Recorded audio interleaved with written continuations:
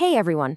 We all like to think that when it comes to our money, we're pretty sharp. We're logical, we're in control, we weigh the pros and cons, and we always make the best possible choice.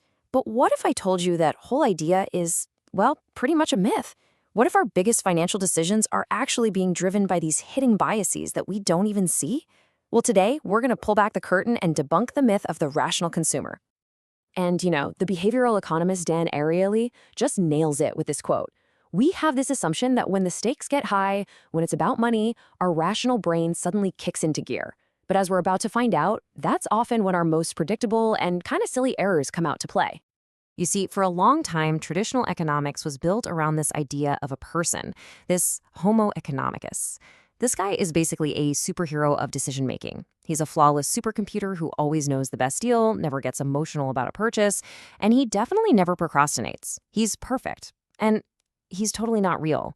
So let's get ready to meet our real selves, our messy, emotional, and predictably irrational selves. Okay, first up, let's talk about a really weird quirk of the human brain. The moment you own something, even if it's just for a second, it's like it magically becomes more valuable in your mind. To really get our heads around this, let's picture one of the most desired items you can find on a college campus, a ticket to a huge basketball game. Now, how much is that ticket really worth? Well, it turns out the answer depends entirely on something as simple as a coin flip. So here's the setup of this classic experiment they ran at Duke University. You have these students who camped out for days. That's how badly they wanted these tickets. They all enter a lottery. Then a random draw creates two groups. You've got the lucky owners who actually got a ticket, and then the not-so-lucky buyers who didn't. Then the researchers asked a very simple question to both groups. So, what's your price? All right, you got to see this because the results are just wild. The students who didn't get tickets, the buyers, they were willing to pay on average about $175. Seems reasonable, right? But the owners, the students who had the tickets in their possession for maybe a few hours, they wouldn't even think of selling for less than an average of, wait for it, $2,400. That's not just a little difference, that's a 14 times difference for the exact same piece of paper.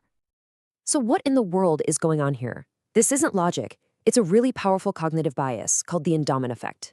The second that ticket became mine, it was suddenly endowed with all this extra value. And it's all driven by this deep-seated fear we have called loss aversion. We fixate on what we would lose by selling it, and the pain of that potential loss feels way, way more intense than the pleasure we get from gaining the cash. It's a little mental trick our brain plays on us all the time. Now, if just owning something changes how we see it, what happens when something has no price at all? Our next bias is all about a single word that is so powerful it can make us abandon all logic and grab something we don't even really want. And that word is, of course, free. So picture this. You're offered a choice. On one hand, you have a delicious, fancy Lynch truffle. On the other, a standard, everyday Hershey's Kiss. Now, the truffle is obviously the better chocolate, right?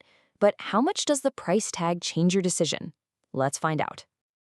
Okay, in the first scenario, the truffle is 15 cents, and the kiss is just 1 cent. The price difference is 14 cents. And here, people act completely rationally. A huge 73% of people see the amazing value in the truffle and say, yeah, I'll happily pay for the upgrade. It's a totally sound decision. But then, the researchers dropped the price of both chocolates by just 1 single cent. The truffle is now 14 cents, and the kiss, well, the kiss is now free. The price difference is still 14 cents. The truffle is still a fantastic deal. But just look at what happened. It's like our rational brain just switched off. The numbers completely flipped, and now 69% of people grabbed the inferior chocolate just because it was free. And this tells us something so important. Free isn't just another price point. It's an emotional hot button. It triggers this feeling inside us that there's no downside, absolutely no risk of loss. Our logic just flies out the window. It's the exact reason why you'll add $10 more of stuff to your online cart just to get free shipping, even when a simple $5 discount would have actually saved you more money. Okay, so we've talked about how we value stuff, but our irrationality also has a massive impact on how we value time, which leads to one of our greatest and most common struggles, procrastination. We've all been there, right? We all know we should be saving for retirement or finishing that huge project for work or just going to the gym. And yet, later always seems like such a better option. To understand why, let's look at another clever experiment, this time with university students who had 3 big papers due over a single semester, and they were given a choice on how to handle their deadlines. Now, the truly rational choice here would seem to be setting all 3 deadlines for the very last day of class. I mean, why not? That gives you the most flexibility. But the students knew themselves. They knew they were masters of procrastination. So many of them made what seems like a totally irrational choice. They forced themselves to have strict early deadlines. And the result? The students who limited their own freedom, the ones who planned for their own future irrationality, ended up getting much, much better grades. This is a classic example of something called temporal discounting. The immediate reward of relaxing and watching Netflix right now just feels so much more valuable than the distant, abstract reward of getting a good grade later. It's a constant battle between your present self and your future self for control. And the students who won were the ones who realized this and built a system to protect future them from present them's temptations. So, we overvalue what we own, we go absolutely bonkers for the word free, and we are constantly sabotaging our future selves. It might sound like we're just a hopeless, chaotic mess, but there's a pattern in all of this. And that, right there, is the key. And here's another gem from Dan Ariely that just sums it all up. Our mistakes aren't random. They're not bugs in our programming. They are literally features. We make the same kinds of irrational choices over and over and over. And you know what?